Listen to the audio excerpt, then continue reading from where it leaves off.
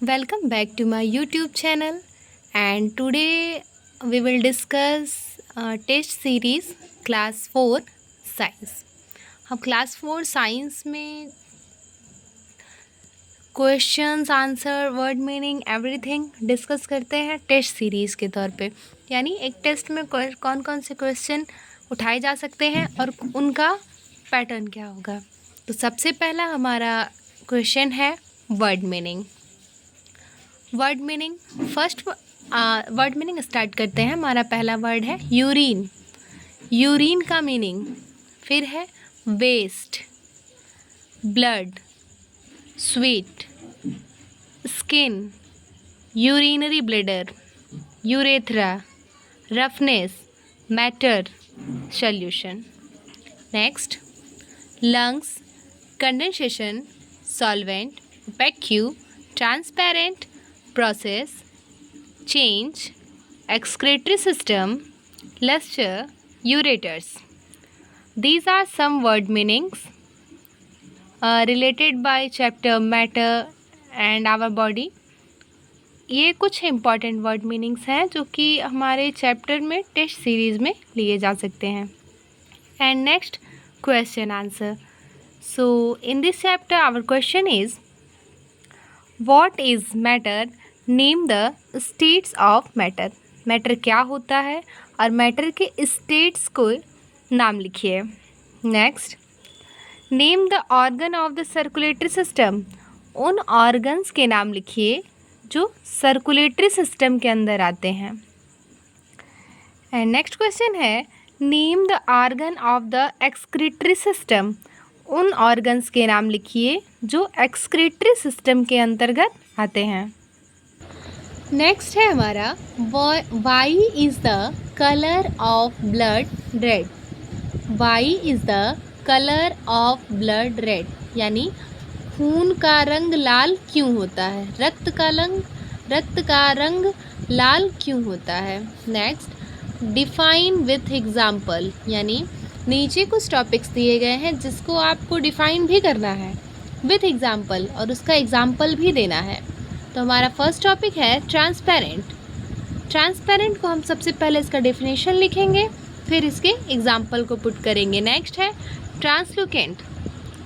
Same process, definition के साथ example इसमें भी लिखना है। Next opaque. And our next topic is solute, solvent and solution. अब हमने अभी तक केवल वर्ड मीनिंग और क्वेश्चन आंसर डिस्कस किया है। आइए हम इसके वर्ड मीनिंग्स का आंसर भी जान लेते हैं, कौन कौन से वर्ड्स के क्या क्या मीनिंग होंगे। वैसे ये चीज़ें आपके बुक में अवेलेबल हैं, तो हमने केवल टेस्ट सीरीज़ में ओनली क्वेश्चन को इंक्लूड किया है, नॉट आंसर। तो this is our words meaning and this is our question answer, and we will include in this video some other question like tick the correct option, fill in the blanks, some diagrammatic question। अगर हम diagrammatic question को discuss करें तो हमें कभी भी examination paper में हमेशा 2 ऑप्शन दिए जाते हैं, यानी आपको दोनों में से जो भी डायग्राम इजी लगता है आप उसे ड्रॉ कर सकते हैं। फर्स्ट हम ड्रॉ करना स्टार्ट करते हैं our excretory system. Human excretory system में सबसे पहले हम बनाएंगे किडनी। तो किडनी के लिए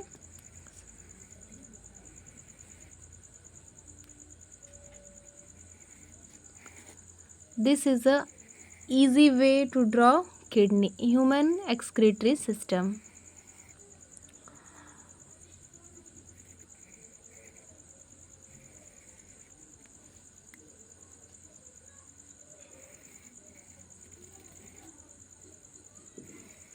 आप इसे रफली ऐसे ड्रॉ कर सकते हैं और इसी को अच्छे ढंग से फेयर रूप में यानी अपनी नोटबुक में या अपने एग्जामिनेशन कॉपी में भी ड्रॉ किया जा सकता है।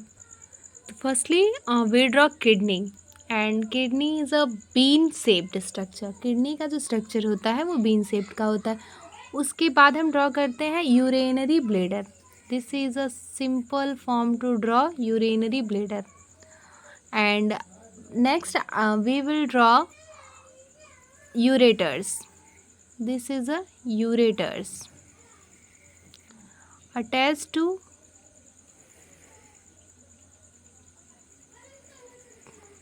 यूरेटर्स. अब हम जब इस डायग्राम को जब हम साइंस में भी डायग्राम ड्रॉ करते हैं तो हमें उसके नेम भी मेंशन करने होते हैं. तो फर्स्टली हम मेंशन करेंगे किडनी. नेक्स्ट हम इसको मेंशन करेंगे ureters. Next this is a urinary bladder.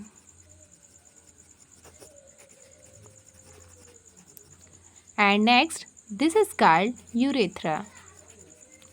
This is the easy diagram of human excretory system.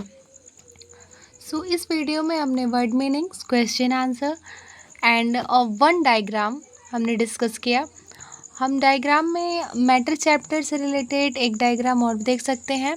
The molecule arrangements of solid, liquid and gas. Firstly हम सॉलिड में discuss करते हैं molecules के arrangement को लेकर के. तो सॉलिड में जो मॉलिक्यूल्स अरेंज होते हैं वो काफ़ी पास होते हैं. उनके बीच में किसी तरह का कोई फ्री स्पेस नहीं होता. जैसे हम अगर इसको ड्रॉ करें तो सॉलिड में जो मॉलिक्यूल्स हैं वो एक दूसरे से टाइटली पैक्ड होते हैं, यानी उनके बीच में किसी तरह का कोई स्पेस नहीं पाया जाता है. तो this is the molecule arrangements of solid. No any space are found in their molecules. ये हो गया सॉलिड में मॉलिक्यूल्स का अरेंजमेंट.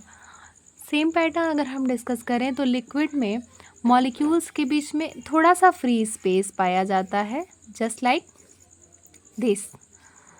तो सॉलिड के अपेक्षा लिक्विड में थोड़ा सा फ्री स्पेस पाया जाता है. तो this is the molecules arrangement of liquid.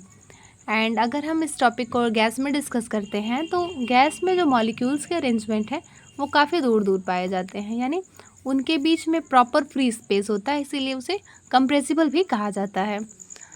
तो हमने दो डायग्राम को डिस्कस कर लिया. ह्यूमन बॉडी से हमने ह्यूमन एक्सक्रीटरी सिस्टम को डिस्कस किया एंड मैटर चैप्टर से हमने सॉलिड, लिक्विड एंड गैस के मॉलिक्यूल्स अरेंजमेंट को डिस्कस किया. एग्जामिनेशन में केवल वर्ड मीनिंग और क्वेश्चन आंसर न पूछ करके fill in the blanks, tick the correct option, answer in one word, everything chapter से उठाए जा सकते हैं. बट हमने केवल वर्ड मीनिंग को डिस्कस किया एंड क्वेश्चन आंसर. इन दोनों चैप्टर से बनने वाले जितने भी क्वेश्चन थे मैंने मेंशन कर दिया. अगर हम कुछ और क्वेश्चन की बात करें तो कुछ और क्वेश्चन भी बनाए जा सकते हैं. जैसे कि इसी चैप्टर से, ह्यूमन बॉडी के चैप्टर से ही हम डिस्कस कर सकते हैं. What are blood vessels. What are blood vessels. Blood vessels क्या होते हैं. Explain its 3 types. इसके 3 प्रकार को एक्सप्लेन करिए. Next, how lungs and skin help our body in removing waste. हमारी बॉडी में से जो वेस्ट चीज़ें हैं उसको रिमूव करने में किस तरह से लंग्स और स्किन बॉडी का हेल्प करता है. इस क्वेश्चन को आगे कंप्लीट करते हुए हम इस चैप्टर से कई तरह के match the following, other activity, exercise, book की एक्सरसाइज को भी इंक्लूड कर सकते हैं.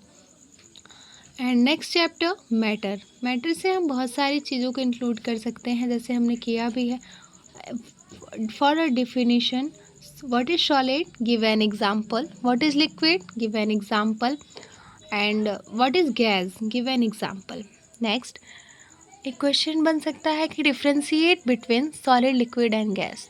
वहाँ पे सॉलिड, लिक्विड एंड गैस में डिफरेंस करने के लिए हम डिफिनेशन का यूज़ ना करके उसमें बहुत ही बेसिक डिफरेंसेस हैं जो उसे पुट कर सकते हैं. जैसे सॉलिड का शेप होता है, लिक्विड का शेप नहीं होता और गैस का भी शेप नहीं हो सकता. इस तरह के कुछ डिफरेंसेस हम उसमें नोट कर सकते हैं कि सॉलिड, लिक्विड और गैस में कुछ बेसिक डिफरेंस क्या क्या हो सकते हैं. There is a one activity type question like chapter human body. Why do we have so many organ system? Why do we have so many organ system? So you will write answer. You can write this answer for chapter based. Chapter में इस question के answer provide किए गए हैं, तो वहाँ से हम इस क्वेश्चन का आंसर प्रोवाइड कर सकते हैं कि why do we have so many organ system. कि हमें और इतने सारे ऑर्गन सिस्टम हमारे पास क्यों हैं? एक से भी तो काम चल सकता था, लेकिन एक्सक्रीटरी सिस्टम है, सर्कुलेटरी सिस्टम है, इतने सारे सिस्टम हमारी बॉडी में क्यों हैं? क्या रीज़न है? तो अगर हम इस क्वेश्चन को डिस्कस करें तो इसका हम आंसर दे सकते हैं, we have so many organ system because organ system communicate with each other. The body is able to maintain stable amounts of internal fluids and substances.